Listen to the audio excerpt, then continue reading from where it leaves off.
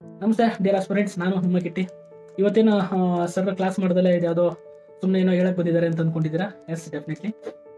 ಇವತ್ತು ಸುಮ್ಮನೆ ನಿಮ್ಮ ಜೊತೆ ಒಂದು ಮಾತಾಡಬೇಕು ಅಂತ ಅನಿಸ್ತು. ಅದಕ್ಕಾಗಿ ನನ್ನ ಒಂದು ಎಕ್ಸ್ಪೀರಿಯನ್ಸ್ ಅಥವಾ ಅದರಿಂದ ನೀವು ಏನಾದರೂ ತಿಳ್ಕೊಬೋದು. ಅದರಿಂದ ಕೆಲವು ಹುಡುಗರು ನಂತರದ ಹುಡುಗರು ಇರ್ಬೋದು, ಅಂಥವ್ರಿಗೆ ಹೆಲ್ಪ್ ಆಗ್ಬೋದು ಅಂತ ನಾನು ಇದನ್ನು ಹೇಳ್ತಾ ಇದ್ದೀನಿ. ನಾನು ಜೀವನದಲ್ಲಿ ನಡೆದ ಒಂದು ಸಣ್ಣ ಘಟನೆಗಳು, ಆ ಘಟನೆಗಳನ್ನ ನಿಮ್ಗೆ ಹೇಳ್ತಾ ಬರ್ತೀನಿ. ಅದರಿಂದ ನಿಮ್ಗೆ ಏನಾದರೂ ಯೂಸ್ ಆಗುತ್ತೆ ಅಂದರೆ ಅದು ಯೂಸ್ ಮಾಡ್ಕೊಳ್ಳಿ. ಅಂದರೆ ಯಾಕೆಂತಂದರೆ ಒಬ್ಬ ಸಾಮಾನ್ಯ ಹುಡುಗ ಅಥವಾ ಏನು ಅವನು 30 ಬಿಲೋ ಅವರೇಜ್ ಸ್ಟೂಡೆಂಟ್ ಒಬ್ಬ ಹುಡುಗ ಎಷ್ಟು ಎಕ್ಸಾಮ್ ಬೇಕಾದ್ರೂ ಪಾಸ್ ಮಾಡಬಹುದು ಅನ್ನೋದಕ್ಕೆ ಒಂದು ಎಕ್ಸಾಂಪಲ್ ನಾನು. ಈ ನನ್ನ ಬಗ್ಗೆ ನಾನೇ ಹೇಳ್ಕೊಂತಿದ್ದೀನಿ ಅಂತ ನಿಮ್ಗೆ ಅನಿಸ್ಬೋದು, ಆದರೆ ರಿಯಾಲಿಟಿ ನಮ್ಮ ಬಗ್ಗೆ ನಾವು ಹೇಳ್ಕೊಂಡಾಗಲೇ ತಾನೇ ಗೊತ್ತಾಗೋದು. ಹಾಗಾಗಿ ನಿಮ್ಗೆ ಅದನ್ನ ವಿಷಯ ಶೇರ್ ಮಾಡ್ಕೋಬೇಕು ಅಂತ ಅನಿಸ್ತು ನನಗೆ, ಅದನ್ನ ಶೇರ್ ಮಾಡ್ತಾ ಇದ್ದೀನಿ ಅಷ್ಟೇ. ಏನಂತಂದ್ರೆ, ನಾನು ಈ ಪೊಲೀಸ್ ಡಿಪಾರ್ಟ್ಮೆಂಟಿಗೆ ಒಂದು ಅನ್ಎಕ್ಸ್ಪೆಕ್ಟೆಡ್ ಎಂಟ್ರಿ ಅಂತ ಅನ್ಸುತ್ತೆ. ಯಾಕೆಂತಂದ್ರೆ ನಾನು ಯಾವತ್ತೂ ಲೈಫಲ್ಲಿ ಕನಸು ಕಂಡಿರಲಿಲ್ಲ. ಯಾಕೆಂದ್ರೆ ನನ್ನ ಕನಸು ಯಾಕೆ ಕಂಡಿರಲಿಲ್ಲ ಅಂತಂದ್ರೆ, ನನಗೆ ಹೈಟ್ ಪ್ರಾಬ್ಲಮ್ ಇತ್ತು. ನಾನು ಕೆಲವರು ನನಗೂ ಕೇಳ್ತಿರ್ತಾರೆ, ಸರ್ ನೀವು ಎಷ್ಟು ಹೈಟು ಎಷ್ಟಿರ್ಬೇಕು ಏನು ಅಂತ ಹೇಳಿದ್ರೆ, PSIಗೆ 168 ಇದ್ರೆ ಸಾಕು, ಬಟ್ KSRPಗೆಲ್ಲ 170 ಇರಬೇಕು. ನಾನು 170 ಇದ್ದೆ, ಹಾಗಾಗಿ ನಾನು ಎಲಿಜಿಬಲ್ ಇದ್ದೆ. ಬಟ್ ನಾನು ಎಲಿಜಿಬಲ್ ಇದ್ದೀನಿ ಅಂತ ನನಗೆ ಗೊತ್ತಿರಲಿಲ್ಲ. ಯಾಕೆಂತಂದ್ರೆ ನಮ್ಮ ಕ್ಲಾಸಲ್ಲಿ ನಾನೇ ಸ್ವಲ್ಪ ಶಾರ್ಟ್ ಇದ್ದೆ. ಹಾಗಾಗಿ ನಾನು ಅದ್ರ ಬಗ್ಗೆ ಈ ಡಿಪಾರ್ಟ್ಮೆಂಟ್ ಸೇರ್ಕೋಬೇಕು ಅನ್ನೋದ್ರ ಬಗ್ಗೆ ಯೋಚನೆ ಆಮೇಲೆ ಬಂತು ನನಗೆ. ಅದು ಆಮೇಲೆ ಏನಕ್ಕೆ ಬಂತು ಅಂತ ಹೇಳ್ತೀನಿ. ಮೊದಲಿಗೆ ಆದರೂ ನಾನು ಈ ಯೂನಿಫಾರ್ಮ್ ಸರ್ವಿಸ್ ಬಗ್ಗೆ ನನಗೆ ತುಂಬಾ ಒಲವಿತ್ತು. ಹೆಂಗೆ ಅಂತಂದ್ರೆ, ನಾನು NCC ಇದ್ದೆ. NCC ಸೇರ್ಕೊಂಡಿದ್ದು ನಾನು ಒಂದು ಮಿರಾಕಲ್ ಅನ್ಸುತ್ತೆ. ಯಾಕೆಂತಂದ್ರೆ ಅಲ್ಲಿ NCC ನಲ್ಲೂ ಹೈಟ್ ಚೆಕ್ ಮಾಡೋರು, ಮತ್ತೆ ಫಿಸಿಕಲ್ ಎಲ್ಲ ಓಡಬೇಕಿತ್ತು. ಆದರೆ ನಾನು ಹೈಟ್ ಸ್ವಲ್ಪ ಕಮ್ಮಿ ಇದ್ರಿಂದ ನನಗೆ, ಇಲ್ಲ ನೀವು ನೆಕ್ಸ್ಟ್ ಇಯರ್ ಸೇರ್ಕೋ, ಅದು ನಿಮಗೆ ಸೇರ್ಕೊಳಕ್ಕೆ ಅವಕಾಶ ಇಲ್ಲ ಹಾಗೆ ಅಂತ ಹೇಳ್ತಿದ್ರು. ಬಟ್ ನಾನು ಹೆಂಗೋ ಅವ್ರಿಗೆ ಕನ್ವಿನ್ಸ್ ಮಾಡಿಲ್ಲ, ಸರ್ ನಾನು ಮಾಡ್ತೀನಿ, ಓಡ್ತೀನಿ, ನಾನು ಚೆನ್ನಾಗಿ RDC ಪೆರಡಲ್ಲಿ ಅಟೆಂಡ್ ಮಾಡಬೇಕು, ಮತ್ತೆ ನಾನು ಜನವರಿ 26 ನಡೆಯುತ್ತಲ್ಲ ಗಣರಾಜ್ಯೋತ್ಸವ ಪೆರಡಲ್ಲಿ ನಾನು ಡೆಲ್ಲಿನಲ್ಲಿ ಭಾಗವಹಿಸಬೇಕು, ದಯವಿಟ್ಟು ನನಗೊಂದು ಅವಕಾಶ ಮಾಡಿಕೊಡಿ ಅಂತೆಲ್ಲ ರಿಕ್ವೆಸ್ಟ್ ಮಾಡಿ ಅವ್ರಿಗೆ ಕೇಳ್ಕೊಂಡು ನಾನು NCC ಜಾಯ್ನ್ ಆದೆ. 1 ವರ್ಷ ಕ್ಯಾಡೆಟ್ ಆಗಿ ವರ್ಕ್ ಮಾಡಿದೆ. ಸೆಕೆಂಡ್ ಇಯರ್ಗೆ ನಾನು ಕ್ಯಾಂಪ್ ಹೋದೆ, TAC ಕ್ಯಾಂಪ್ ಅಂತ, ತಲಾ ಸೈನಿಕ್ ಕ್ಯಾಂಪ್ ಅಂತ, ಮತ್ತೆ RDC ರಿಪಬ್ಲಿಕ್ ಡೇ ಕ್ಯಾಂಪ್ ಅಂತ. ಸಿಕ್ಕಾಪಟ್ಟೆ ಟಫ್ ಇರುತ್ತೆ ಅದು ಕ್ಯಾಂಪ್. ಕೆಲವರು ನೀವು ಆಲ್ರೆಡಿ NCC ಮಾಡ್ತಿದ್ದವ್ರಿಗೆ ಅಥವಾ ಡಿಗ್ರಿಲಿ ಏನೋ ಓದ್ತಿರ್ತಾರೆ NCC ಮಾಡ್ತಿದ್ದವ್ರಿಗೆ ನಿಮಗೆ ಗೊತ್ತಿರುತ್ತೆ ಅದ್ರ ಅನುಭವ. ಸಿಕ್ಕಾಪಟ್ಟೆ ಟಫ್ ಇರುತ್ತೆ, ಫಿಸಿಕಲ್ ಇರುತ್ತೆ, ಮತ್ತೆ ಪೆರಡ್ ಮಾಡಬೇಕು, ಮತ್ತೆ ಡ್ರಿಲ್ ಇರುತ್ತೆ, ಫಿಸಿಕಲ್ ಆಕ್ಟಿವಿಟೀಸ್ ಇರುತ್ತೆ, ಕಲ್ಚರಲ್ ಆಕ್ಟಿವಿಟೀಸ್ ಇರುತ್ತೆ. ಎಲ್ಲದರಲ್ಲೂ ಭಾಗವಹಿಸಿ ನೀವು ಅದರ ಸೆಲೆಕ್ಷನ್ ಆಯ್ತಂದ್ರೆ ಅದು ಸ್ಟೇಟ್ ವೈಸ್ ಮತ್ತೆ ಎಲ್ಲ ಕಡೆ ಸೆಲೆಕ್ಟ್ ಆಗಿ ನೀವು ಬೆಟಾಲಿಯನ್ ಇಂದ ಸೆಲೆಕ್ಟ್ ಮಾಡಿ ನಿಮ್ಮನ್ನ ಕಳಿಸ್ತಾರೆ. ನಾನು ಅದಕ್ಕೆ ನಮ್ಮ ತುಮಕೂರಲ್ಲಿ ನಡೆದಿದ್ದ ಒಂದು ಕ್ಯಾಂಪಿಗೆ ಅಟೆಂಡ್ ಆದೆ. ಅಲ್ಲಿ ಚೆನ್ನಾಗಿ ಪರ್ಫಾರ್ಮೆನ್ಸ್ ಮಾಡಿದೆ. ಬಟ್ ಆದರೆ ಏನು ಮಾಡ್ತೀರಾ, ಅಟೆಂಡ್ ಮಾಡಿದೆ, ಆದರೆ ಏನು ಮಾಡ್ತೀರಾ, ನನಗೆ ಅನ್ಫಾರ್ಚುನೇಟ್ಲಿ ನಾನು ಸ್ಟೇಟ್ ಲೆವೆಲ್ವರೆಗೂ ಭಾಗವಹಿಸಿದೆ. ಅಲ್ಲಿಂದ ಇದಾಗಲಿ. ಬಟ್ ನನಗೆ JEO ಅಂತ ಸಿಕ್ತು, ಜೂನಿಯರ್ ಅಂಡರ್ ಆಫೀಸರ್ ಅಂತ ಸಿಕ್ತು. ಹಾಗಾಗಿ ನಾನು NCC ನಲ್ಲಿ ಜೂನಿಯರ್ ಅಂಡರ್ ಆಫೀಸರ್ ಆಗಿ 1 ವರ್ಷ ಡಿಗ್ರಿನಲ್ಲಿ ಕೆಲಸ ಮಾಡಿ, ಮತ್ತು ಆರ್ಮಿ ಅಟ್ಯಾಚ್ಮೆಂಟ್ ಕ್ಯಾಂಪ್, ಪ್ಯಾರಾ ರೆಜಿಮೆಂಟಲ್ಲೆಲ್ಲ ಅಟೆಂಡ್ ಮಾಡಿ B ಸರ್ಟಿಫಿಕೇಟ್ ಮತ್ತು C ಸರ್ಟಿಫಿಕೇಟ್ ಪಡ್ಕೊಂಡೆ. ಬಟ್ ಅದು ನನಗೊಂದು ಯಾವಾಗಲೂ ತುಡಿತಾ ಇತ್ತು, ನಾನು ಏನಾದರೂ ಮಾಡಿ NCC ಮಾಡಿದ್ದೀನಿ, ಆರ್ಮಿಗೆ ಸೇರ್ಕೋಬೇಕು, ಆರ್ಮಿಗೆ ಹೋಗ್ಬೇಕು, ಲೆಫ್ಟಿನೆಂಟ್ ಆಗಬೇಕು ಅಂತ ತುಂಬ ಆಸೆ ಇತ್ತು. ಬಟ್ ಲೆಫ್ಟಿನೆಂಟ್ಗೆ ಎಕ್ಸಾಮ್ ಎಲ್ಲ ಬರೆದೆ, ಕಂಬೈನ್ಡ್ ಡಿಫೆನ್ಸ್ ಸರ್ವಿಸ್ ಅಂತ ಎಕ್ಸಾಮ್ ಬರೆದೆ ಡಿಗ್ರಿ ಆದಮೇಲೆ. ಆಮೇಲೆ ತುಂಬ ರ್ಯಾಲೀಸ್ ಎಲ್ಲ ಅಟೆಂಡ್ ಮಾಡ್ತಾ ಇದ್ದೆ, ರನ್ನಿಂಗ್ ಓಡ್ತಾ ಇದ್ದೆ. ಬಟ್ ಆದರೆ ಹೈಟ್ ಬರ್ತಿರ್ಲಿಲ್ವಲ್ಲ, ಹಂಗಾಗಿ ವಾಪಸ್ ಕಳಿಸ್ತಾ ಇದ್ರು. ಆಮೇಲೆ ಬಿಡಪ್ಪ, ನಾನು ಆರ್ಮಿಗೆ ಸೆಲೆಕ್ಷನ್ ಆಗಲ್ಲ, ಯಾಕೆಂದ್ರೆ ಹೈಟ್ ಪ್ರಾಬ್ಲಮ್ ಅಂತ ಅಂದ್ಬಿಟ್ಟು ಕಂಪ್ಲೀಟ್ಲಿ ನಾನು ಯೂನಿಫಾರ್ಮ್ ಸರ್ವಿಸಿಗೆ ಸೇರಬೇಕು ಅನ್ನೋದು ಆಸೆನೇ ಬಿಟ್ಬಿಟ್ಟಿದೆ. ಆದರೆ ಮತ್ತೆ ನನಗೆ ಅವಕಾಶ ಮಾಡಿಕೊಟ್ಟಿದ್ದು ನಮ್ಮ ಕರ್ನಾಟಕ ಪೊಲೀಸ್. ಯಾಕೆಂತಂದ್ರೆ ನಾನು ಡಿಗ್ರಿ ಮುಗಿಸಿ B.Ed ಮುಗಿಸಿ ಜಾಬ್ಗೆ ಪ್ರಯತ್ನ ಪಡ್ತಿದ್ದಾಗ ಪೊಲೀಸ್ ಕಾನ್ಸ್ಟೇಬಲ್ ಕಾಲಾಯಿತು. ಅಪ್ಲೈ ಮಾಡಿದೆ. ತುಮಕೂರಲ್ಲಿ ಫಿಸಿಕಲ್ ಇತ್ತು, ಫಸ್ಟ್ ಟೈಮ್ ನಾನು ಫಿಸಿಕಲ್ ಅಟೆಂಡ್ ಮಾಡಿದೆ. ನಾನು ಡೆಫಿನೆಟ್ಲಿ ನನಗೆ ಗೊತ್ತಿಲ್ಲ ನಾನು ಓಡ್ತೀನಿ ಅಂತ ಅಂದ್ಬಿಟ್ಟು. ಯಾಕೆಂತಂದ್ರೆ ನನಗೆ KCD ಗ್ರೌಂಡ್ ಅಂತ ಧಾರವಾಡದಲ್ಲಿ ಪ್ರಾಕ್ಟೀಸ್ ಮಾಡ್ತಾ ಇದ್ವಿ. KCD ಗ್ರೌಂಡಲ್ಲಿ ನಮಗೆ 1 ರೌಂಡ್ ಓಡೋಕ್ಕೂ ಆಗ್ತಾ ಇರಲಿಲ್ಲ ನನಗೆ. ಯಾಕೆಂತಂದ್ರೆ ನಾನು ಅಷ್ಟು ಫ್ಯಾಟ್ ಇದ್ದೆ, ಮತ್ತೆ ರನ್ನಿಂಗ್ ಪ್ರಾಕ್ಟೀಸ್ ಮಾಡಿರಲಿಲ್ಲ. ತುಂಬಾ ವರ್ಷಗಳು ಗ್ಯಾಪ್ ಆಗಿತ್ತು, ರನ್ನಿಂಗ್ ಪ್ರಾಕ್ಟೀಸ್ ಮಾಡಿರಲಿಲ್ಲ. ಏನಕ್ಕೆ ಹೇಳ್ತಿದ್ದೀನಿ ಅಂದ್ರೆ, ಈ ಹುಡುಗರು ಡಿಗ್ರಿ ಓದ್ತಾ ಇರ್ತೀರಾ, ಅಥವಾ ಸಡನ್ ಆಗಿ ನೀವು ನೆಕ್ಸ್ಟ್ ಆರ್ಮಿ ಕ್ಯಾಂಪಿಗೋ ಅಥವಾ ಆರ್ಮಿ ರ್ಯಾಲಿಗೋ ಅಥವಾ CDS ಎಕ್ಸಾಮ್ಗೋ ಸೆಲೆಕ್ಷನ್ ಆಗಬೇಕು, ಆರ್ಮಿ ಜಾಯ್ನ್ ಆಗಬೇಕು, ಅಥವಾ PSI ಆಗಬೇಕು, ಪೊಲೀಸ್ ಕಾನ್ಸ್ಟೇಬಲ್ ಆಗಬೇಕು ಅಂದ್ರೆ ಅಟ್ಲೀಸ್ಟ್ ನೀವು ಡಿಗ್ರಿ ಫೈನಲ್ ಇದ್ದಾಗ ನೀವು ಏನು ಮಾಡಿದ್ರೆ ರನ್ನಿಂಗ್ ಎಲ್ಲ ಪ್ರಾಕ್ಟೀಸ್ ಮಾಡ್ಕೊಂಡ್ರಿ, ಅದು ನಿಮಗೆ ತುಂಬಾ ಬೆನಿಫಿಟ್ ಆಗುತ್ತೆ. ಪ್ರಾಕ್ಟೀಸ್ ಮಾಡಿರಲಿಲ್ಲ ನಾನು. ಅವಾಗ ಏನಾಯ್ತು, ಹಿಂಗೆ ನಮ್ಮ ಪಕ್ಕದಲ್ಲಿ ಜಾವಿದ್ ಸರ್ ಅಂತ ನಮ್ಮ ಒಬ್ರು ಪೊಲೀಸ್ ಕಾನ್ಸ್ಟೇಬಲ್ ಆಗಿ ಸೆಲೆಕ್ಷನ್ ಆಗಿ ಬೇರೆ PSI ಎಕ್ಸಾಮ್ಗೆಲ್ಲ ಪ್ರಿಪೇರ್ ಆಗ್ತಾ ಇದ್ರು. ಅವರು ನಮ್ಮನ್ನು ಜೊತೆಲಿ ಕರ್ಕೊಂಡು ಹೋಗೋರು, ಬನ್ನಿ ಹೋಗೋಣ ರನ್ನಿಂಗ್ ಅಂತ ಅಂದ್ಬಿಟ್ಟು. ಪಾಪ ಅವ್ರು ನಮಗೆ ಸಿಕ್ಕಾಪಟ್ಟೆ ಮೋಟಿವೇಟ್ ಮಾಡೋರು. ನಿಜಲ್ಲ ಅವ್ರನ್ನ ನಾನು ಡೆಫಿನೆಟ್ಲಿ ನೆನೆಸ್ಕೊಂತೀನಿ ನನ್ನ ಲೈಫಲ್ಲಿ. ಅವರು ನನ್ನ ಬದಲಾವಣೆಗೆ ತುಂಬಾ ಕಾರಣಕರ್ತರಾಗಿದ್ದಾರೆ. ಜಾವೇದ್ ಸರ್, ನಿಮ್ಗೊಂದು ಸೆಲ್ಯೂಟ್. ಯಾಕೆಂದ್ರೆ ನಾವು ಈ ಪೊಸಿಷನಲ್ಲಿ ಇದ್ದೀನಿ ಅಂತಂದ್ರೆ ಅದಕ್ಕೆ ನೀವು ಒಂದು ಕಾರಣ. ನೀವು ಈಗ ನನಗೆ ಕಾಂಟ್ಯಾಕ್ಟ್ ಸಿಕ್ಕಿಲ್ಲ ಪಾಪ, ಅವ್ರು ತುಂಬಾ ವರ್ಷ ಆಗಿದೆ, ಈಗ ಧಾರವಾಡದಲ್ಲಿ ಸೆಟ್ಲ್ ಆಗಿದ್ದಾರೆ. ನಾನು ಹೋಗೋಕ್ಕಾಗಿಲ್ಲ ಅವ್ರಿಗೆ. ಬಟ್ ಒಳ್ಳೆ ಮನುಷ್ಯ, ನನಗೆ ತುಂಬ ಹೆಲ್ಪ್ ಮಾಡಿದ್ದಾರೆ ಆ ಟೈಮಲ್ಲಿ. ನಮಗೆಲ್ಲ ಒಳ್ಳೆ ಮೋಟಿವೇಟ್ ಮಾಡಿ ಓದ್ರಿ ಅಂತೆಲ್ಲ ಚೆನ್ನಾಗಿ ಗೈಡ್ ಮಾಡಿ. ಪಾಪ ಅವ್ರು PSI ಆಗಲಿಲ್ಲ, ನಾನು PSI ಆದೆ. ಅದು ನನಗೆ ತುಂಬ ಬೇಜಾರಾಗಿದೆ, ಬೇಜಾರಿದೆ. ಅವರು ಆದರೆ ಬಟ್ ಒಂದು ಒಳ್ಳೆ ಲೈಫ್ ಲೀಡ್ ಮಾಡ್ತಾ ಇದ್ದಾರೆ. ಅವ್ರಿಗೊಂದು ಒಳ್ಳೇದಾಗಲಿ ಅಂತ ನಾನು ದೇವರಲ್ಲಿ ಕೇಳ್ಕೊತೀನಿ. ಆದರೆ ಅವ್ರು ಮೋಟಿವೇಟ್ ಮಾಡಿ ಬೆಳಿಗ್ಗೆ ರನ್ನಿಂಗ್ ಕರ್ಕೊಂಡು ಹೋಗೋರು. ಮೊನ್ನೆ ರನ್ನಿಂಗ್ ಕರ್ಕೊಂಡು ಹೋಗಿ ಏನು ಮಾಡಿದ್ರು, ನಮ್ಮನ್ನು ಓಡಿಸೋರು. ನಂಗೆ ಒಂದು ರೌಂಡ್ ಓಡೋಕ್ಕಾಗ್ತಿರಲಿಲ್ಲ KCD ಗ್ರೌಂಡಲ್ಲಿ. ಆದರೆ ಆಮೇಲೆ ಹೆಂಗೋ ಪ್ರಯತ್ನ ಪಟ್ಟು ಡೈಲಿ ಒಂದು ರೌಂಡು, ಅರ್ಧ ರೌಂಡ್ ಇನ್ಕ್ರೀಸ್ ಮಾಡಿ 7 ನಿಮಿಷದೊಳಗೆ 4 ರೌಂಡ್ ಓಡೋ ಪ್ರಾಕ್ಟೀಸ್ ಮಾಡಿದೆ. ಲಾಂಗ್ ಜಂಪ್, ಹೈ ಜಂಪ್ ಎಲ್ಲ ಪ್ರಾಕ್ಟೀಸ್ ಮಾಡಿದೆ. ತುಮಕೂರಲ್ಲಿ ಫಿಸಿಕಲ್ ಅನೌನ್ಸ್ ಆಯಿತು. ಫಿಸಿಕಲ್ ಹೋದ್ವಿ, ನಾನು ನನ್ನ ಫ್ರೆಂಡ್ ರವಿ ಅಂತೆಲ್ಲ ಹೋದ್ವಿ, ಫಿಸಿಕಲ್ ಕೊಟ್ವಿ. ಫಸ್ಟ್ ಟೈಮ್ ನಾವು ಎಷ್ಟು ಖುಷಿ ಆಯಿತು ಅಂತಂದರೆ, ನಾನು ನಿಜ ಪೊಲೀಸ್ ಡಿಪಾರ್ಟ್ಮೆಂಟ್ ಸೇರ್ಕೊಂಡಷ್ಟು ಫೀಲ್ ಆಯ್ತು ನನಗೆ. ಯಾಕೆಂದ್ರೆ ನನಗೆ ಹೈಟ್ ಒಂದು ಡೌಟ್ ಇತ್ತು. ಹೈಟ್ ಬರುತ್ತೋ ಇಲ್ವೋ ಅಂತ ಎಲ್ಲರೂ ಕೇಳ್ತಾರೆ. ಸರ್ ಹೈಟ್ ಆಗಬೇಕು, ಏನು ಮಾಡಬೇಕು? ಹೈಟ್ ಆಗಕ್ಕೆ ಏನು ಮಾಡೋಕ್ಕಾಗಲ್ಲ, ಯಾಕೆಂದ್ರೆ ನಮ್ಮ ಜೆನೆಟಿಕ್ಸ್ ಮೇಲೆ ಡಿಪೆಂಡ್ ಆಗಿರುತ್ತೆ. ಬೇಕಾದ್ರೆ ಚೆಸ್ಟ್ ಇಂಪ್ರೂವೈಸ್ ಮಾಡ್ಬೋದು, ಡಿಪ್ಸ್ ಹೊಡೋದು ಅಥವಾ ಸ್ವಲ್ಪ ಜಿಮ್ ಸೇರ್ಕೊಂಡ್ರೆ ಚೆಸ್ಟ್ ಇಂಪ್ರೂವೈಸ್ ಆಗುತ್ತೆ. ಬಟ್ ಹೈಟ್ ಮಾತ್ರ ಡೆಫಿನೆಟ್ಲಿ ಇನ್ಕ್ರೀಸ್ ಆಗಲ್ಲ. ನೀವೇನಾದ್ರೂ ಹೈಟ್ ಇಂಪ್ರೂವೈಸ್ ಮಾಡಬೇಕು ಅಂತಂದ್ರೆ ಸ್ಕಿಪ್ಪಿಂಗ್ ಆಡಬೇಕು ಅಂತ ಹೇಳ್ತಾರೆ, ಹಿಂಗೆ ನೇರ್ಕೊಳ್ಬೇಕು ಅಂದರೆ ಅದೆಲ್ಲ ಏನು ವರ್ಕೌಟ್ ಆಗಲ್ಲ. ನಿಮ್ದು ಎಷ್ಟು ಹೈಟ್ ಇದೋ ಅಷ್ಟೇ, ಅದಕ್ಕೆ ಏನು ಮಾಡೋಕ್ಕಾಗಲ್ಲ. ಅದು ಅಕ್ಸೆಪ್ಟ್ ಮಾಡಲೇಬೇಕು ನೀವು ರಿಯಾಲಿಟಿ. ನಾನು ನಂದು 170 ಹೈಟ್ ಬಂತು.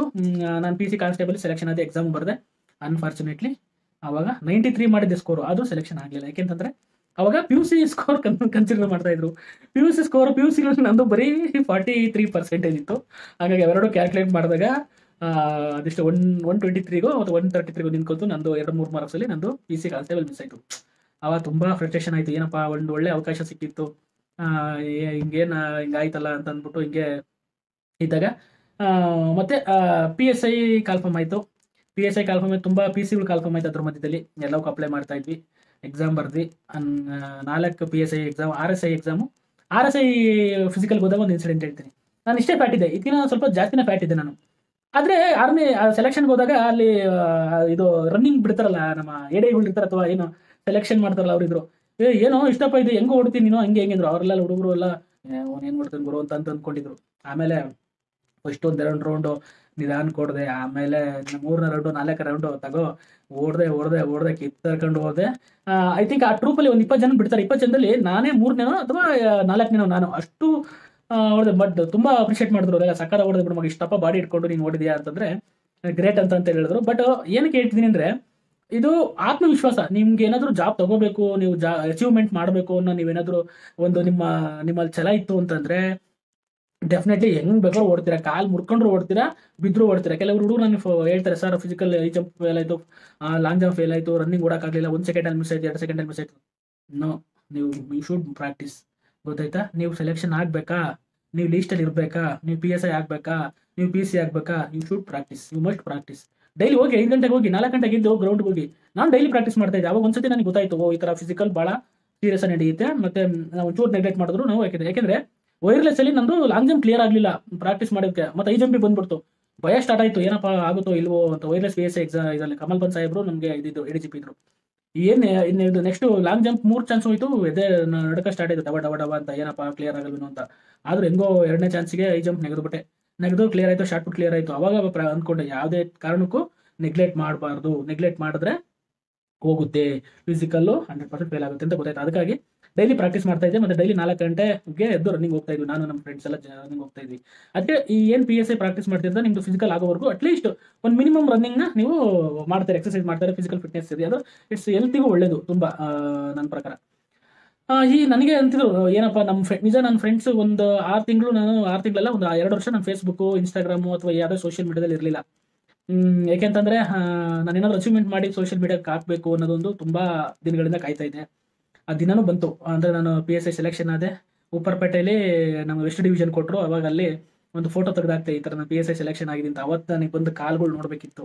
ಯಾರಿಗೂ ಗೊತ್ತಿರಲಿಲ್ಲ, ನಮ್ಮ ಅಪ್ಪ ಅಮ್ಮ ಮತ್ತು ನನ್ನ ಕೆಲವೊಂದು ಹಿತೈಷಿಗಳು, ನನ್ನ ಫ್ರೆಂಡ್ಸ್ ಇದ್ದರು.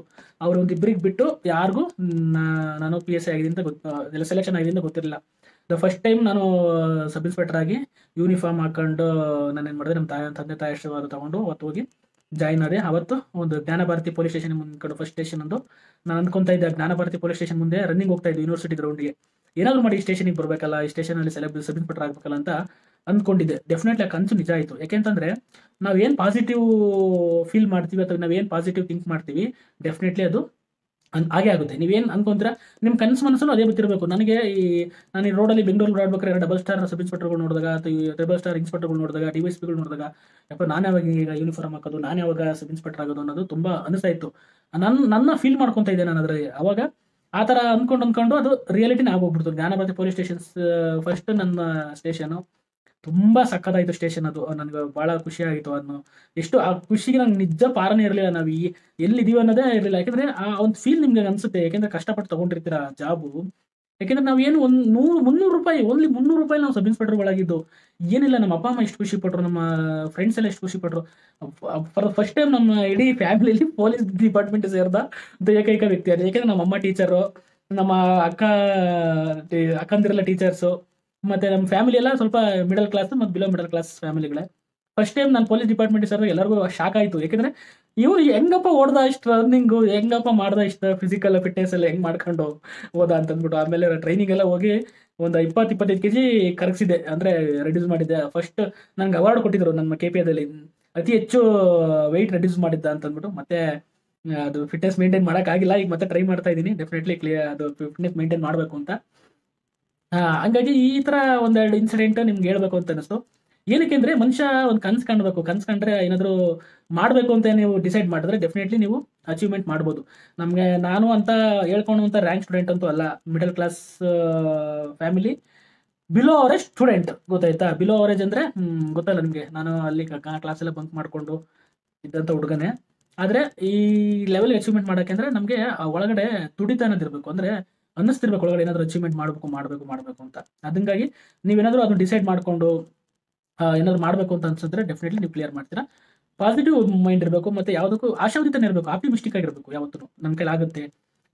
ಎಷ್ಟೇ ಸೋಲಿ ನಂದು ಎಷ್ಟೋ ಎಕ್ಸಾಮ್ಸ್ಗಳು ಬರದೆ ಸ್ಟಾರ್ಟಿಂಗ್ ಎಷ್ಟು ಕ್ಲಿಯರ್ ಆಗಲಿಲ್ಲ, ಆಮೇಲೆ ಎಲ್ಲ ಕ್ಲಿಯರ್ ಆಗಿತ್ತು. ಆಮೇಲೆ ಒಂದು 16-17 ಎಕ್ಸಾಮ್ ಕ್ಲಿಯರ್ ಆಗಿ ಸ್ಟಾರ್ಟ್ ಆಯಿತು. ಎಲ್ಲ ಎಕ್ಸಾಮ್ಸು ಕ್ಲಿಯರ್ ಮಾಡಿದೆ. UPSC ಬರೆದೆ, KPSC ಬರೆದ್ವಿ.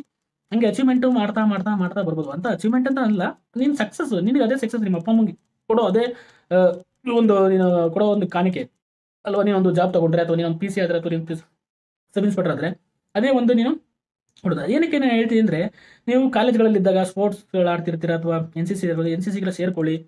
ಒಂದು ಲೈಫ್ ಡಿಸಿಪ್ಲಿನಲ್ಲಿ ಒಂದು ಹೋಗುತ್ತೆ. NCC ಅನ್ನೋದು ತುಂಬ ಇಂಪಾರ್ಟೆಂಟ್. ಯಾಕೆಂದ್ರೆ ನಿಮ್ಗೆ ಏನಾದರೂ ಅವಕಾಶ ಸಿಕ್ಕರೆ, ಡಿಗ್ರಿ ಹುಡುಗರು ಯಾರಾದರೂ ಈ ವಿಡಿಯೋ ನೋಡ್ತಾ ಇದ್ರೆ, ಅಥವಾ PUC ಹುಡುಗರು ನೋಡ್ತಾ ಇದ್ರೆ, ಡೆಫಿನೆಟ್ಲಿ NCC ಸೇರ್ಕೊಳ್ಳಿ. ನಿಮಗೆ ಲೈಫಲ್ಲಿ ಒಂದು ಡಿಸಿಪ್ಲಿನ್ ಕಲಿಸುತ್ತೆ. ನನಗೆ ನಿಜ ಹರಿಪ್ರಸಾದ್ ಅಂತ ನಮ್ಮ ಅಣ್ಣ ಇದ್ರು ಒಬ್ರು.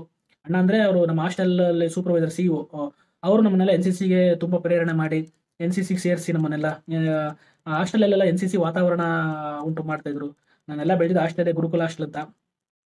ಎಲ್ಲ ಹಿಂಗೆ NCC ಮಾಡಿ, NCCಲಿ ಒಂದು ಡಿಸಿಪ್ಲಿನ್ ಕಲಿತು, ಆರ್ಮಿ ಅಟ್ಯಾಚ್ಮೆಂಟ್ ಕ್ಯಾಂಪ್ ಮಾಡಿ, ಅಲ್ಲಿ ಒಂದು ಅನುಭವಗಳು ನನಗೆ ಇದರಲ್ಲಿ ಹೆಲ್ಪ್ ಆಯಿತು. ಯಾಕೆಂತಂದರೆ PSIನಲ್ಲಿ ಪನಿಷ್ಮೆಂಟ್ ಎಲ್ಲ ಕೊಡ್ತಿರ್ತಾರೆ ಈ ಟ್ರೈನಿಂಗಲ್ಲೆಲ್ಲ.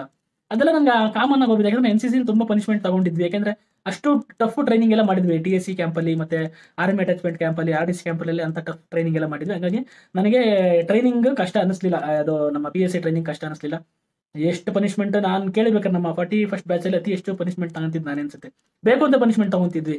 ನಾನು ನಮ್ಮ ಸುನಿಲ್ ಪವರ್ ಅಂತ ಒಬ್ಬ ಫ್ರೆಂಡ್ ಇದ್ದ, ನಾವಂತೂ ಪನಿಷ್ಮೆಂಟ್ ತಗೊಂತಿದ್ವಿ. ಮರದಲ್ಲೇ ಹತ್ಸ್ಬಿಟ್ಟಿದ್ರು ನಮಗೆ ಪನಿಷ್ಮೆಂಟ್ ಅಂತ ಅಂದ್ಬಿಟ್ಟು. ಇದೆಲ್ಲ ಫನ್ನಿ ಥಿಂಗ್ ಇರುತ್ತೆ, ಸಕ್ಕತ್ತಾಗಿರುತ್ತೆ ಟ್ರೈನಿಂಗ್ ಮಾತ್ರ. ಹಾಗಾಗಿ ಯಾರಿಗಾದ್ರೂ ಅವಕಾಶ ಸಿಕ್ಕಿದ್ರೆ NCC ಸೇರ್ಕೊಳ್ಳಿ. ಒಬ್ಬ NCC ಹುಡುಗ PSI ಆದಂಥ ಒಂದು ಸ್ಟೋರಿ ನಿಮಗೆ ಹೇಳಿದ್ದೀನಿ. ಇದರಿಂದ ನೀವೇನು ಕಲ್ತಿರೋ ಗೊತ್ತಿಲ್ಲ, ಬಟ್ ನನಗೆ ಅದನ್ನ ಶೇರ್ ಮಾಡಬೇಕು ಅಂತ ಅನ್ನಿಸ್ತು. ಅದಕ್ಕೆ ನಾನು ನಿಮ್ಮ ಹತ್ರ ಹೇಳ್ಕೊತಾ ಇದ್ದೀನಿ. ನಿಮಗೆಲ್ಲ ಅವಕಾಶ ಸಿಕ್ಕಿದ್ರೆ NCCನಲ್ಲಿ ಡೆಫಿನೆಟ್ಲಿ ಸೇರ್ಕೊಳ್ಳಿ. ಎಂಜಾಯ್ ಮಾಡಿ. ಲೈಫಲ್ಲಿ ಒಂದು ಸೆಲ್ಫ್ ಡಿಸಿಪ್ಲಿನ್ ಬರುತ್ತೆ, ಮತ್ತು ಒಂದು ಅಚೀವ್ಮೆಂಟ್ ಮಾಡೋಕ್ಕೆ ಡೆಫಿನೆಟ್ಲಿ ನಿಮಗೆ NCC ಹೆಲ್ಪ್ ಮಾಡುತ್ತೆ ಅಂತ ಹೇಳ್ತೀನಿ. ಅದಕ್ಕೆ ಯಾರ್ಯಾರು NCC ಕೆಡೆಟ್ಸ್ ಇದ್ದೀರಾ ಅವರಿಗೆಲ್ಲ ಒಂದು ಸೆಲ್ಯೂಟ್. Good bye.